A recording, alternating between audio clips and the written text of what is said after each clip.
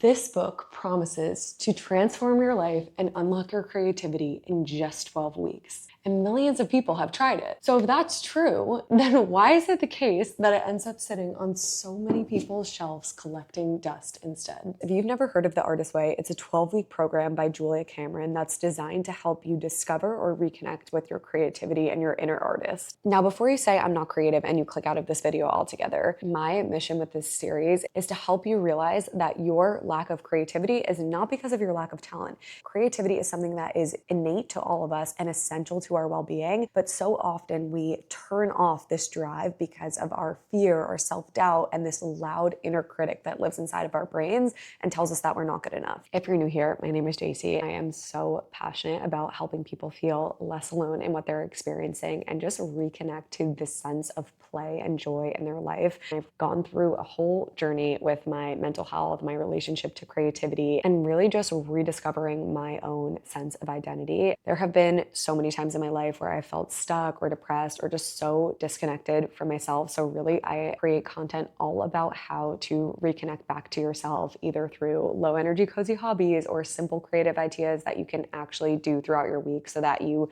don't feel like a robot 9-to-5 zombie. Most of our creative blocks actually stem from these emotional experiences or unresolved issues that we have that make us shut off this voice inside of us and feel scared. We are literally running on autopilot in a society that teaches us that creativity is impractical or unrealistic and forces us to prioritize other things over our innate drive to be creative. So Julia Cameron's philosophy in this book is that creative recovery can happen through practice and self-compassion and using these tools that she set out and creating that sense of safety for creative expression. Each chapter is centered around a specific theme. You read the chapter, do some reflecting, and then she has creative challenges that are helping you to work through blocks that are related to that theme. She has designed this book to basically get to the root of your inner critic and your self-doubt and make those subconscious thoughts conscious so that we can start to work with them and change how we behave and show up in the world. Throughout the whole journey, you maintain two practices, which are morning pages and artist dates. Morning pages are a tool to help you access the subconscious thoughts and patterns that are really running your life behind the scenes. Every morning you get up, you write these 3 pages in your journal, and neuroscience shows that the part of our brain that is the ego and is really critical is less active in the morning. So right when you wake up, before you're actually fully awake, is the perfect time to do this activity. The next are artist dates, which is basically time by yourself spent in solitude where you can start to reconnect with that sense of play, of wonder, of connecting to your intuition. And this can literally be anything from going on a long walk to going to a museum or show that you want to go to doing a creative activity. And I have so many ideas, so I can't wait to do this and share it together. If the thing that is stopping you from doing this book is that you feel like you're not a creative person, I completely understand where you've been. I grew up thinking that I was not creative because I was bad at art class and I wasn't good at painting or drawing when I was little. I was just so obsessed with perfection that I would not do anything outside of my comfort zone because I was scared to fail. I just had such a narrow view of what I thought creativity was. I have this core memory of talking with one of my friends who is an amazing artist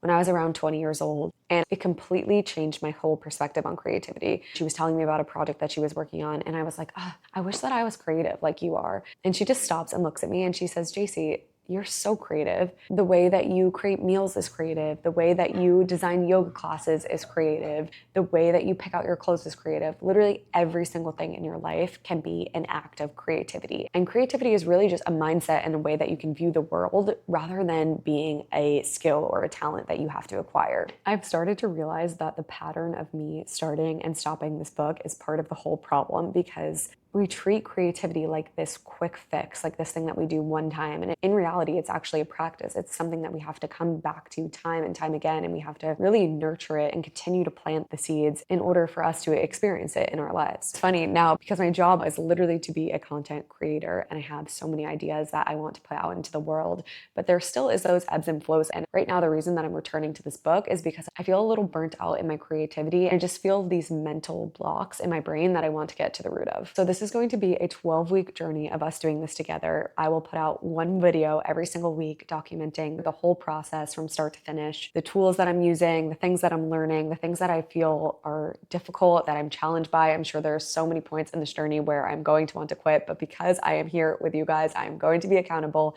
And for the first time ever, I'm going to finish this book. This definitely is not going to be a perfect 12-week journey through the artist way. I'm sure there are going to be so many times where I want to quit and give up, so many times where I forget to do my morning pages, and I really just want to document it all because I feel like it's just part of the process, and hopefully showing you the messy, unfiltered, actual version of me doing it will help to inspire you to do it as well. I have no idea what will happen at the end of the 12 weeks. Maybe my whole life will be completely different. Maybe it will be exactly the same and nothing will change. But I do know that no matter what happens, I will be proud of myself at the end for prioritizing something that is important to me and doing the things that I said I was going to do. So the next video that you see, I will be starting week 1, which is all about creating safety for creativity, setting the foundation, starting the new practices, and confronting your inner critic, which is someone who I am very familiar with. If you guys want to do it with me, comment down below because I would love to have all of you guys be accountability buddies with me throughout this entire process. Thank you so much for being here. If this is your first time seeing my videos, make sure you subscribe to follow along on the process. And I also post videos on Instagram and TikTok every single week on bite-sized creative ideas, cozy self-care, low energy hobbies, really just everything to help you live a more fulfilling life. So follow, subscribe, and I will see you guys in the next video.